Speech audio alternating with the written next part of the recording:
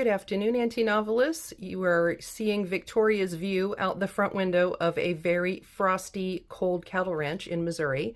What better thing to do in the library on a frosty, cold day with Sleepy Kitty than to do some plotting? So let's get into it.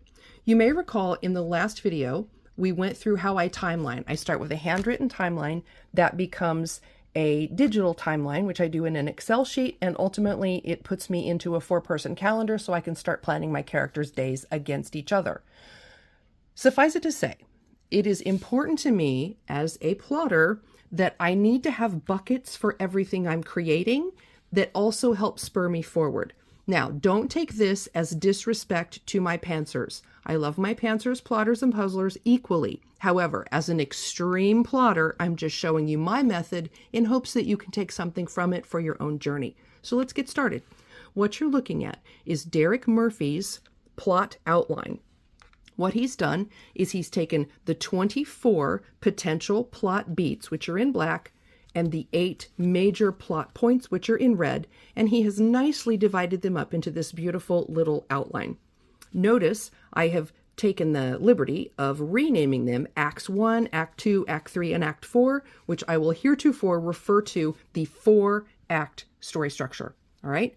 So the first thing we do is you can go over to my course if you wish, pick up Resource 1, Downloadable Resources, and it gives you this exact printout. Now, I have glued mine onto a little tabbed page so that I can just tab it into my disc binder because you know I love that. But you can just print it out as a sheet. You're going to need this because, as you know, in my Zettelkasten, my story is under the 7,000s for book 1. So I start with this list. And his item number 1, The Really Bad Day, becomes my 7001. Item 2, Something Peculiar, 7002. So let's look at the plot box. What do we have here? We have Acts 1, 2, 3, and 4. And if you tab to the first item, it is 7001, Really Bad Day. 7002, Something Peculiar. And you see, I have slipped some cards in here.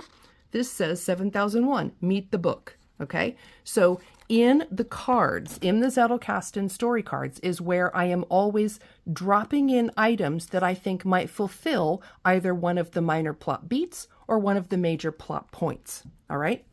Over here in my drawers, my file cabinet, get your mind out of the gutter, 7001 is The Really Bad Day. This is just labeled 1, but I know what it means. Let's see what's in this folder, because this folder system mimics the file cards exactly, right? So there's 24 of the minor red beats, and there's 8 of the major plot points in the green folders, right? I just offset them. So these are the major 1, 2, 3, 4, 5, 7, 8, and these are the minor 1 through 24. But let's see what's in this Really Bad Day folder. The first item is a little note, and it says, missing mom, super control, means soothing, worried about opening the Decoding the Renaissance exhibit. Okay, so these are just some story notes that I've dropped into this folder for safekeeping until I'm ready to write about them. But what else is in here? This is labeled Decoding 2014 to 2015. So Decoding the Renaissance is an exhibit, a museum exhibit that takes place in my story. So in this Really Bad Day 7001 folder, I've dropped in 12 months before the event. So this is how to build a museum event, okay? So this is the research that informs how I put together that piece of the story plot. How does my main character physically plan out this exhibit? What is important about it? So you can see how that functions, all right? So large format research goes in the folders. Smaller reminders, questions, little bits and bobs go in the cards, and those two things work together to allow me to build the story components. Now let's see what's right here. I've got a couple of cards here tucked in right behind the midpoint in my plot box. This first one says, Woot's steel is extremely clean. This note says, in 1989 to 96, it took Verhoeven to figure out how to make steel. Verhoeven believed it was due to impurities. What this is referring to is making Woot's Damascus steel that was used to make swords. That is important for another reason, no spoilers. I need that in my story. So you can see how I may take something out of the research expandable file that I'm working on, and I may tab that behind the midpoint in my cards, because I'm thinking we need to discover that piece of information around that point of the story. And then if I need more information about the exhibit that's taking place up front behind 7001 The Really Bad Day, I can grab this folder and I know I have everything I need to know in order to build the information behind those chapters.